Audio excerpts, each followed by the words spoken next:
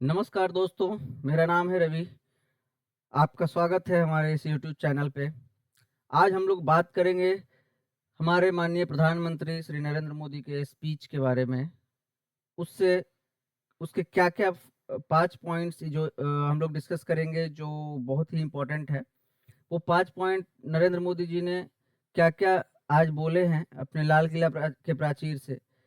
5 points from PM Modi's Independence Day speech. Narendra Modi's first Independence Day speech of his third term touched on some core ideological issues and had some strong criticism of opposition as well. उन्होंने अपने core agenda जो BJP का core agenda है उस पे उन्होंने बात किया है खुल के।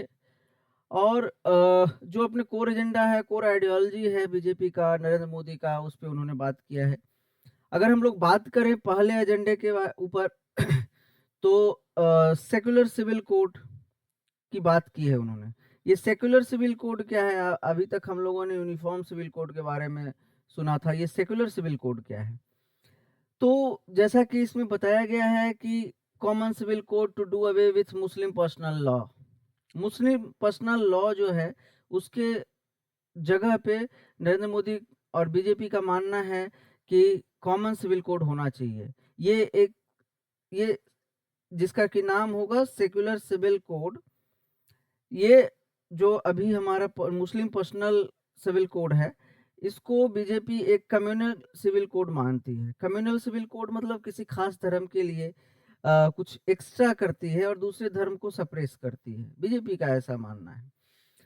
The supreme court has repeatedly discussed a uniform civil code UCC in India. जैसा कि हम लोग पहले भी कई बार सुन चुके हैं, कई वीडियोस में देख चुके हैं, कई न्यूज़ेस में देख चुके हैं कि यूनिफॉर्म सिविल कोड की बात हो रही है अभी, सुप्रीम कोर्ट में भी इसके ऊपर बात हुई।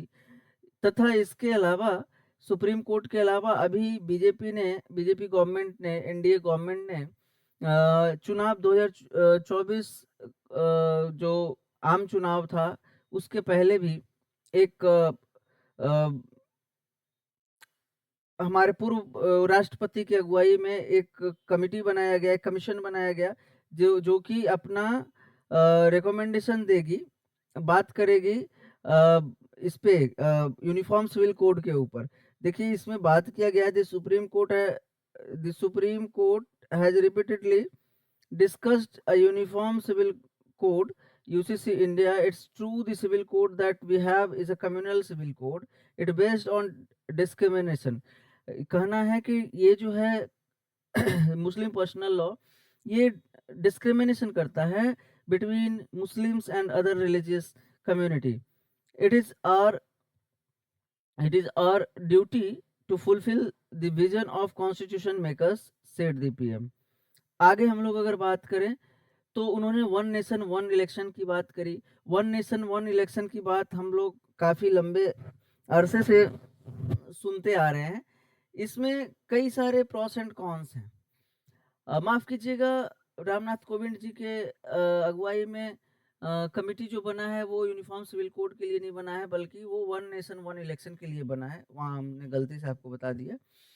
तो वन नेशन वन इलेक्शन के ऊपर जो बात किया गया है नरेंद्र मोदी के द्वारा, उसमें इन्होंने कहा है कि जब एक साथ इलेक्शंस होंगे, एक साथ राज्य में और केंद्र में सरकारें बनेंगी, तो उसमें क्या होगा, उससे फ़ायदा एक क्या होगा कि पॉलिसीज़ बनाने में आसानी होगी और काम करने में भी आसानी होगी। There have been discussion on this. Frequent election are creating problems for the country. बात भी सही है। एक तरह से अगर देखा जाए तो हम लोग सालों भर देखते हैं इलेक्शंस ही चलते रहते हैं किसी न किसी स्टेट में। तो उससे हमारे राष्ट्र के कामों के ऊपर, राष्ट्रीय जो ड्यूटीज़ हैं, जो हमारा राष्ट्रीय ग्रोथ है, उसमें भी वो एक तरह से बाधक बनता है। इस पे आप अपना विचार रखिएगा कमेंट सेक्शन में। He pointed out the Ramnath Kovind committee which had been set up to study the ideas feasibility had given a good recommendation of the same. ये feasibility देने के लिए गठन किया गया है कमेटी का, जो कि रामनाथ कोविंद जिसको लीड कर रहे हैं।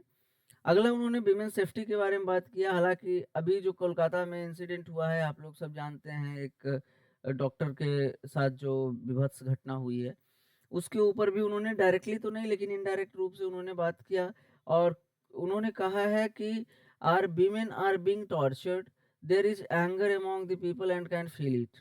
There must be quick investigation and punishment against those those who abuse women. कहने का मतलब वीमेन के भलाई के लिए, उसके लिए कुछ ऐसे नियम कानून बनने चाहिए, उस पे उन्होंने जोर दिया है। अगला उन्होंने बात किया माफ़ कीजिएगा, वार ऑन करप्शन। अब करप्शन जो है एक तरह से हमारे देश के लिए बहुत ही खतरनाक है और उससे लड़ने के लिए उन्होंने बात की in an oblique defence of central agencies acting against against some opposition leaders. उन्होंने कुछ ऑपोजिशन लीडर्स को भी इनडायरेक्ट रूप से टारगेट किया, जैसे ये अरविंद केजरीवाल, उसके अलावा झारखंड के जो राष्ट्र ये मुख्यमंत्री थे, उनके ऊपर भी उन्होंने कमेंट किया कि कुछ लोग हैं जो कि अब करते हैं गलत काम तो उनको जेल जाना होता है, तो लोग कहते हैं कि वो करप्ट नहीं है, इसको गलत तरीके से फंसाया जा रहा है, जबकि ऐसा नहीं है। नरेंद्र मोदी का ऐसा कहना है। लास्ट में उन्होंने बांग्लादेश को भी एक मैसेज दिया है, स्ट्रॉन्ग मैसेज सेंड किया है। Days after appealing for a safety of Bangladeshi Hindus when he congratulate Mohammad Yunus on taking charge after Sheikh Hasina fled the country facing an uprising. अब देखिए, वहाँ तो आप लोग सब जानते हैं कि बांग्लादेश में क्या हुआ, तख्ता पलट अचानक से हो गया, शेख हसीना को हटा दिया गया। शेख हसीना का कहना है कि अमेरिका का ये साजिश है, जबकि मोहम्मद यूनुस जो बने हैं, उन्होंने कहा कि ऐसा कुछ नहीं है, ये सेल्फ मोटिवेटेड भीड़ थी और ये एंगर था पीपल में, आम आदमी के अंदर, जो कि शेख हसीना को फेस करना पड़ा है। तो आज के लिए बस इतना ही दोस्तों। आगे जो भी अब ये सारा चीज़ न्यूज़ एंड ट्रांजिशन रहता है, कुछ-कुछ चीज़ें नई-नई घटती रहती हैं। आगे जो भी अपडेट आएगा मैं आपको बताते रहूँगा। बाकी इस पे आप लोग अपना कमेंट ज़रूर रखिए, अपना राय ज़रूर रखिए कमेंट बॉक्स में। अब तक के लिए इतना के लिए आप लोगों ने बहुत अच्छा से, मेरा पहला ये सेकंड वीडियो है यूट्यूब पे। आप लोग सपोर्ट कीजिए, चैनल को सब्सक्राइब कीजिए, लाइक कीजिए, शेयर कीजिए। इसी के साथ मैं वीडियो का अंत करता हूँ। धन्यवाद।